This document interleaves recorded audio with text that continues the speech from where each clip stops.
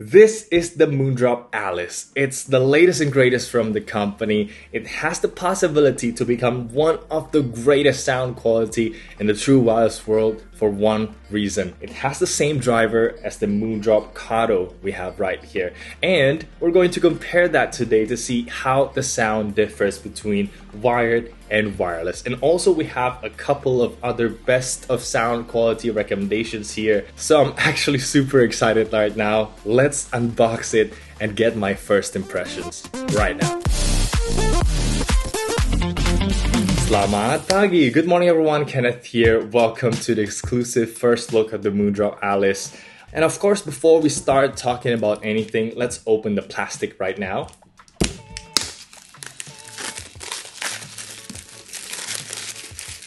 Alright, so now taking a look at the box, you've seen it from the start already. It's very beautiful. The artwork is just stunning as always.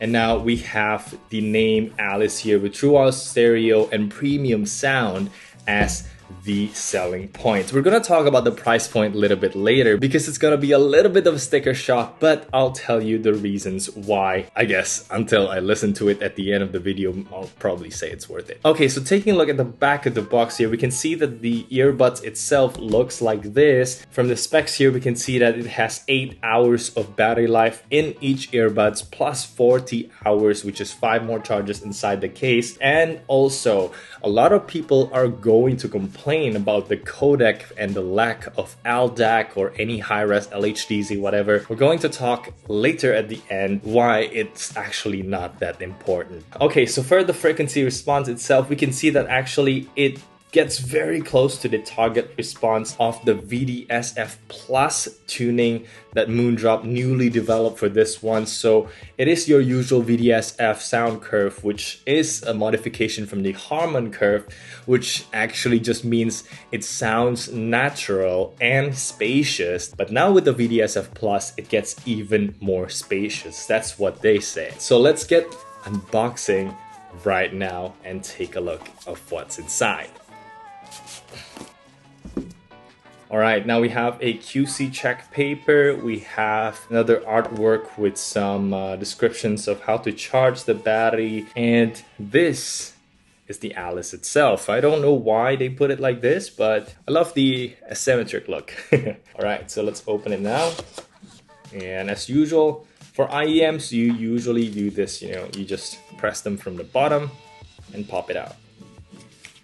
Okay, so first of all, I want to talk about the build quality here because this is much more expensive than what previously Moondrop offered. For example, the Neko Cake or the Sparks here. This feels much better build quality wise. It doesn't have any give on the lid here, and we also have very precise looking LEDs here, and then that's a very nice Alice branding. It has the same design language as any Moondrop earbuds, and that's I like a lot. Okay, moving on, we have this included case. Material wise, I think they're the same fall leather, and then one improvement here from the Sparks is I can see they lose this Velcro strap, not Velcro strap, this stretchy thing from the Sparks, because that thing, when you open it, it doesn't let the lid fully open, and that's quite annoying. Whereas on the Alice here, let's put it on right now, this kind of separated design will let the case fully open, and so the lid wouldn't interfere when you are taking the earbuds out. And size wise, actually now it's not that much different from the Spark, so yeah, it's probably not gonna be one that's going to be very pocketable. Okay, now taking a look at the rest of the box,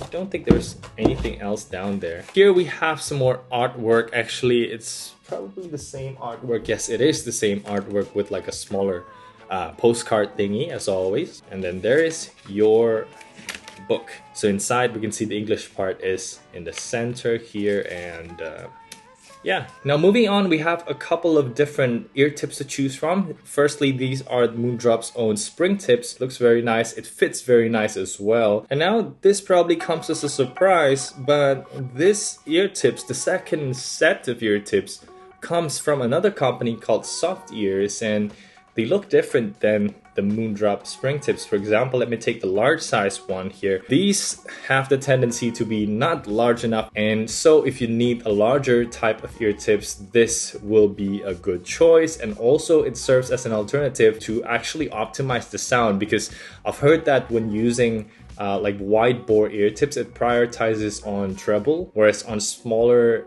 diameter ear tips like this, that prioritizes more on the bass. But let me know if I'm wrong here. I'll definitely pick and choose and try all these different ear tips out, and these definitely look and feel very high quality. Alright, so now let's take a closer look at the earbuds themselves. Basically what you get here is your usual combo of metal mesh. I assume that there will be another layer of like fabric mesh behind that, and then we have two microphones down here and also one on the back. But yeah, otherwise moving to the front here, this will be the touch area, whereas the two logo right there that's flashing, which is indicating for pairing mode. Okay, so now this is how the whole thing looks like. It's a little bit different looking than your usual typical earbuds, because they probably need to fit in like extra battery there, because the 1 centimeter driver is really big right here. So that's basically the whole driver. And as for the fit, it looks like that.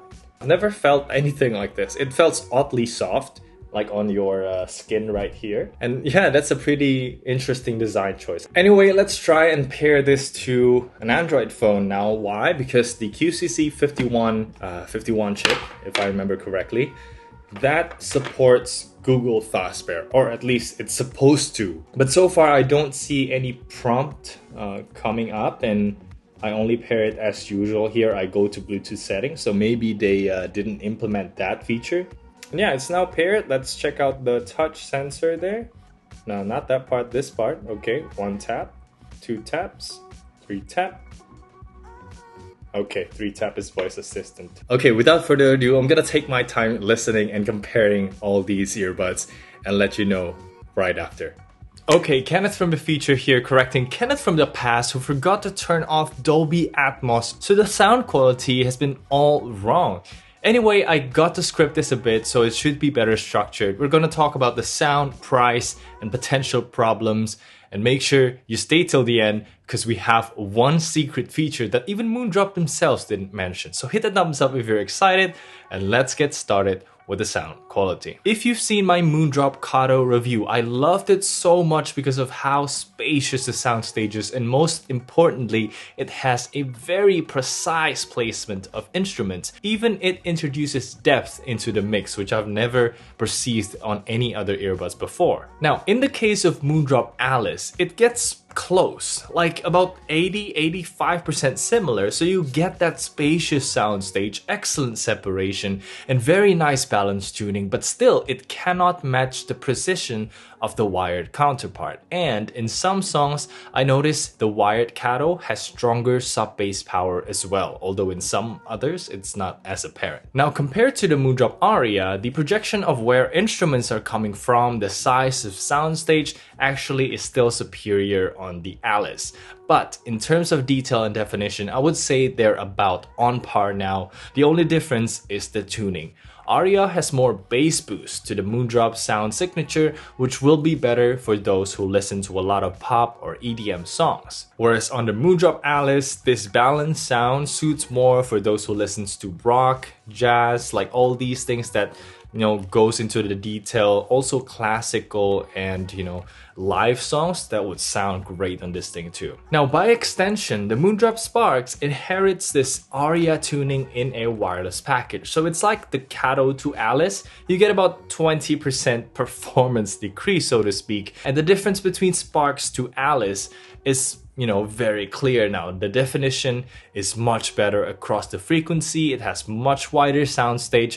It's just a no comparison, and actually that's a given considering the 2x plus increase in price. Now, finally, comparing this to my best sound quality recommendation of this year, the Neural N6 Pro 2, it's a little bit interesting. The balanced nature of Moondrop Alice actually makes the Neural sound sibilant and harsh in the treble, but comparing the details and like making out every bass note being played or differentiating 3 guitar players in the mix. They're all easily done in both earbuds. It's just the soundstage. Again, the Alice takes the win. Much wider and larger soundstage, but I think it also comes down to the tuning. So when picking between the two here, it comes back to your preference. If you like something more V-shaped, then get the Newell. The default sound has way more bass punch and aggressive treble than the Alice here.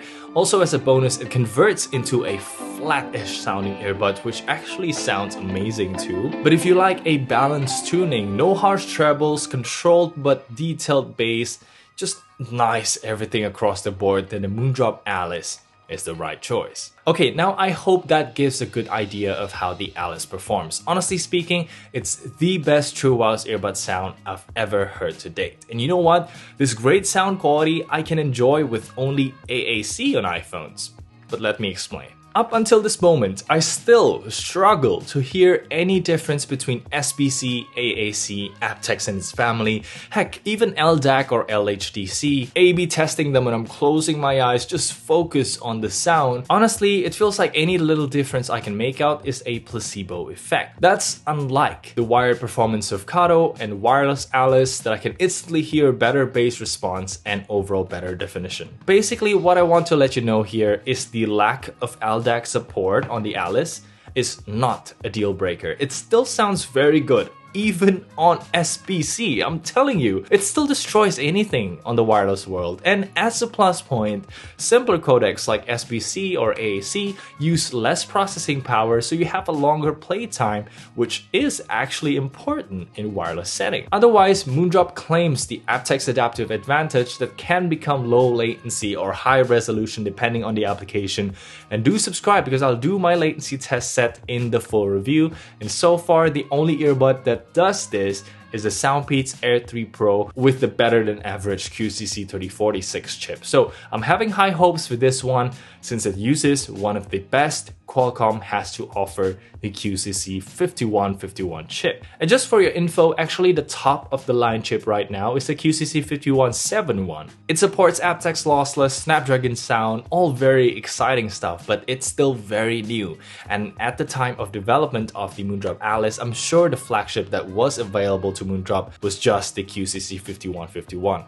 Thus brings us to the pricing. You see, we're talking about flagship chips here, the best sound in the market, and what do you expect? Brace yourselves, the Moondrop Alice comes in at $190. But on the other side, you know how much the Moondrop KATO costs? This is exactly the same, 190 bucks. Only now you get that same amazing driver and sound, a charging case and a flagship Qualcomm wireless chip, and the price stays the same. That's actually a pretty good deal now, right? Okay, I don't know if there'll be any discounts this 11/11 or Black Friday since this is basically brand new, but I'll try to put my affiliate links below so you can check them out and support me at the same time. Oh, and also about other features like ANC and transparency, they're not here since these are music specialized earbuds. So the budget focus is on sound quality. I'm paying everything that I have for sound quality. And to give you a better perspective, this is better sounding than a Moondrop Aria overall. But the much more expensive 250 bucks Sony XM4s or AirPods Pro 2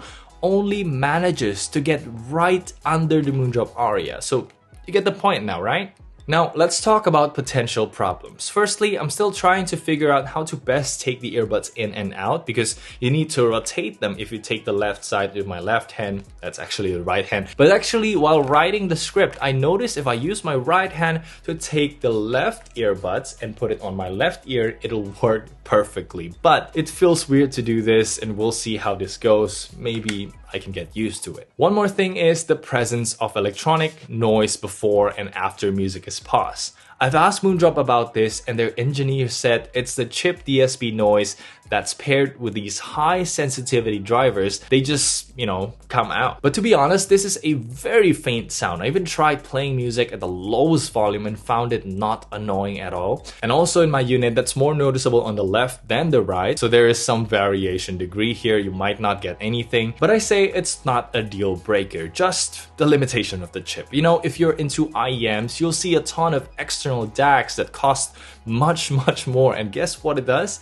Deliver clean and powerful signal. Anyway, let's finally go through the features real quick. So firstly, all the listening session I did is with the default VDSF tuning, and you hold the earbuds for 2 seconds to activate VDSF Plus that focuses more on making the soundstage wider. At least this is what Moondrop claims. I need more time to test them out. Next up, these have their VTuber sound. What is it again? Mitsuki Yuki, and I noticed that the Moondrop Sparks also have them now, not only the Neko Cake. So across the board, you have this power on, connected voice prompt, which is okay, but it would be great if there is an option to turn it off in the app for those who might not like it. Finally, there's one very important feature that Moondrop themselves didn't mention, and that is multi-point connection. I was pleasantly surprised when I wanted to try tap on the paired Moondrop Alice name on my Android when it's already connected to my iPhone. I expected it to switch automatically like the Sony's or AirPods, but instead it just connects to both of them, so that's actually nice. My only gripe with this is there's no pairing button on the case, so the easiest way to put the earbuds to pairing mode is by turning off Bluetooth on the previous device. Again, not a deal breaker by any means, but I always appreciate buttons wherever they are. So yeah, this video turned out to be more like a full review, but I'll still make another video later, especially for the mic and latency test. But let me know what other earbuds and IEMs you want me to compare this to. Feel free to drop your questions down in the comments below, and if you want to buy any type of earbuds this holiday season, check out my 2022 recommendations video. I'll put it right here. This is Kenneth, signing out.